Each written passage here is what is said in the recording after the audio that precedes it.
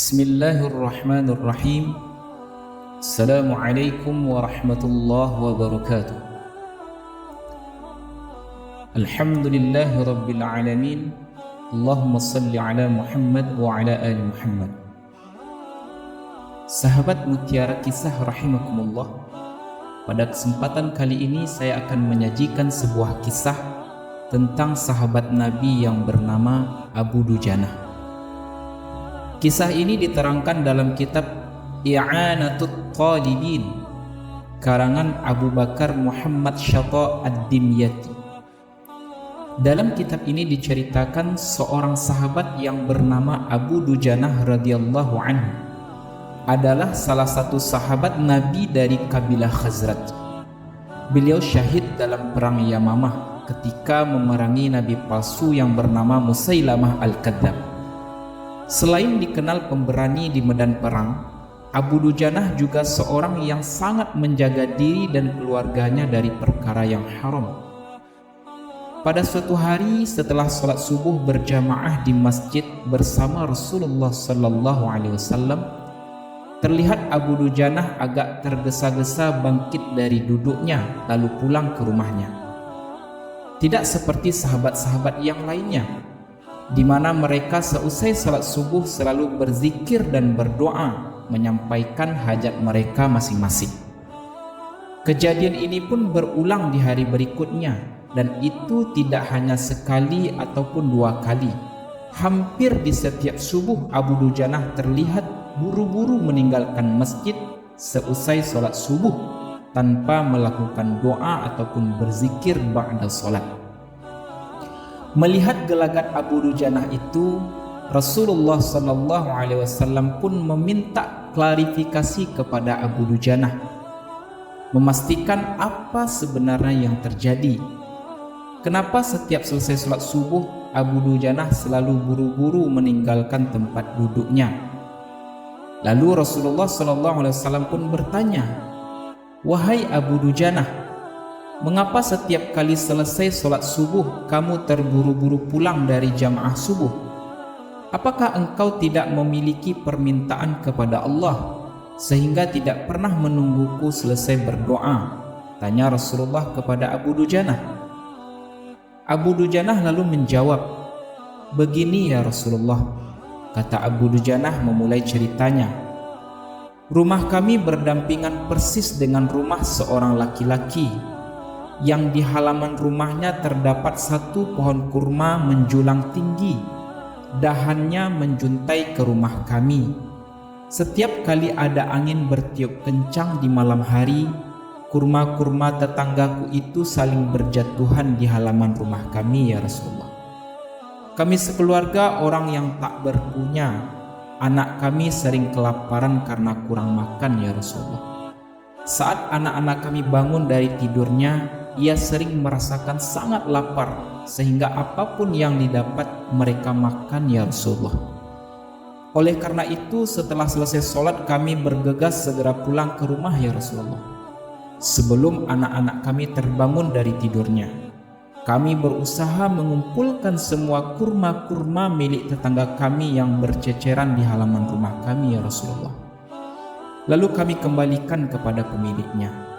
Karena jika anak kami melihat ada kurma yang berserakan di halaman rumah sementara dia dalam kondisi perut yang sangat lapar, kami khawatir dia akan memakan kurma-kurma tersebut ya Rasulullah.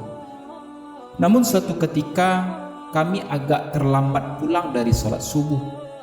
Ternyata ada anakku yang sudah terlanjur makan kurma hasil temuan di halaman rumah kami. Mata kepala saya sendiri yang menyaksikan. Tampak ia sedang mengunyah kurma basah di dalam mulutnya. Ia habis memungut kurma yang telah jatuh malam harinya di rumah kami. Mengetahui hal itu, lalu jari-jari tangan ini kami masukkan ke mulut anakku itu. Kami keluarkan apapun yang ada di dalamnya. Sambil aku berkata kepadanya, "Nak, janganlah kau permalukan ayahmu ini di akhirat kelak." Anakku lalu menangis. Kedua pasang kelopak matanya mengalirkan air mata karena sangat kelaparan wahai Rasulullah. Kami katakan kembali kepada anakku itu, hingga nyawamu lepas pun aku tidak akan rela meninggalkan harta haram dalam perutmu. Seluruh isi perut yang haram itu akan aku keluarkan dan akan aku kembalikan bersama kurma-kurma yang lain kepada pemiliknya yang berhak. Mendengar penuturan Abu Dujanah radhiyallahu anhu, mata Rasulullah SAW mulai berkaca-kaca. Beliau begitu bersedih dan sangat terharu setelah mengetahui penyebab kenapa selama ini Abu Dujanah selalu tergesa-gesa pulang seusai menunaikan salat subuh berjamaah di masjid. Baginda Rasulullah SAW mencoba mencari tahu siapa sebenarnya pemilik pohon kurma yang dimaksud. Abu Dujanah pun mengatakan bahwa pohon kurma itu milik seorang laki-laki munafik. Tanpa basa-basi, baginda Rasulullah SAW mengundang pemilik pohon kurma itu. Rasulullah SAW lalu mengatakan, bisakah jika aku minta kamu menjual pohon kurma yang kamu miliki itu, aku akan membelinya dengan 10 kali lipat dari pohon kurma itu sendiri. Pohonnya terbuat dari batu zamrud yang berwarna biru, disirami dengan emas merah, tangkainya dari mutiara putih. Di situ ada bidadari yang cantik jelita sesuai dengan hitungan buah kurma yang ada, kata Rasulullah SAW menawarkan kepada laki-laki munafik tersebut. Lantas laki-laki munafik itu menjawab dengan tegas, saya tidak pernah berdagang dengan memakai sistem jatuh tempo.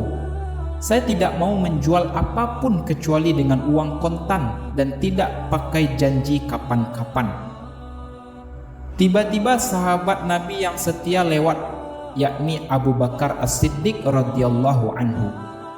Lantas ia berkata, ya sudah, aku akan beli dengan 10 kali lipat dari tumbuhan kurma milik si fulan yang jenisnya tidak ada di kota ini dengan kualitas yang paling baik.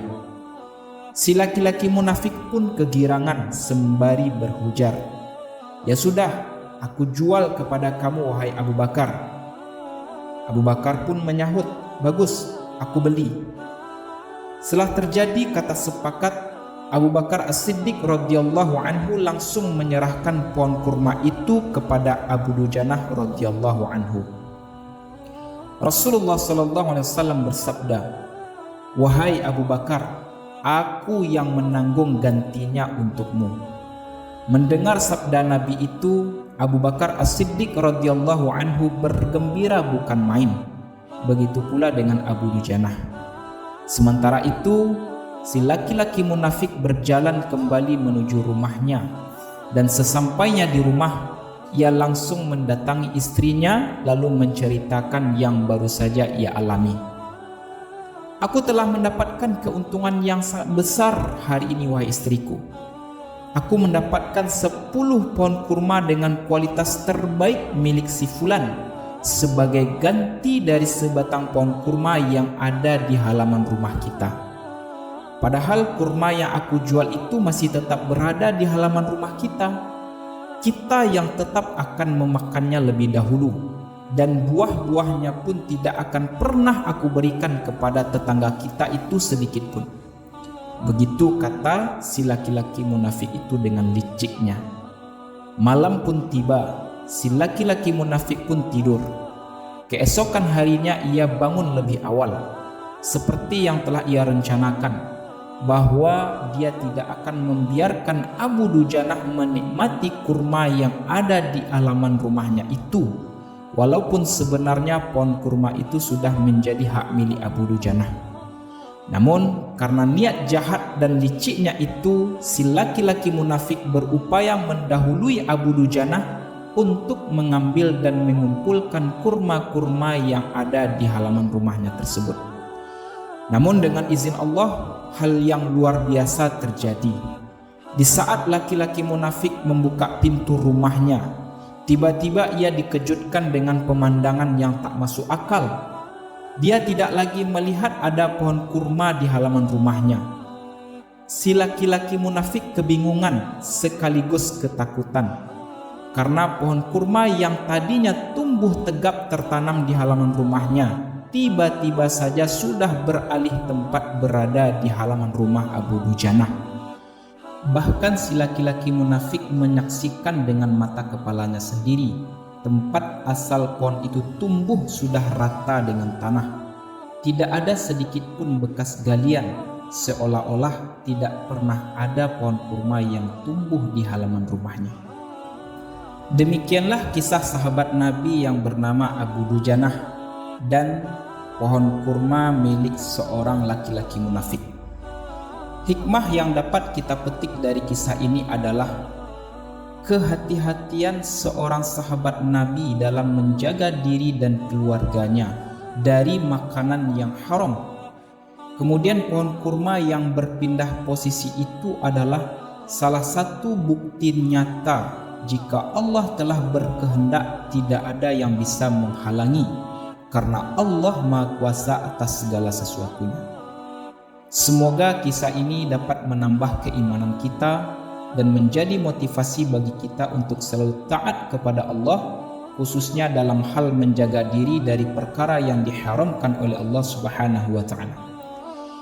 Jika teman-teman menyukai channel ini, silahkan klik tombol subscribe untuk mendukung Mutiara Kisah sebagai salah satu channel yang selalu dapat menyajikan kisah-kisah orang soleh yang dapat kita teladani dan kisah-kisah lainnya yang bisa menjadi pelajaran bagi kita dalam kehidupan sehari-hari.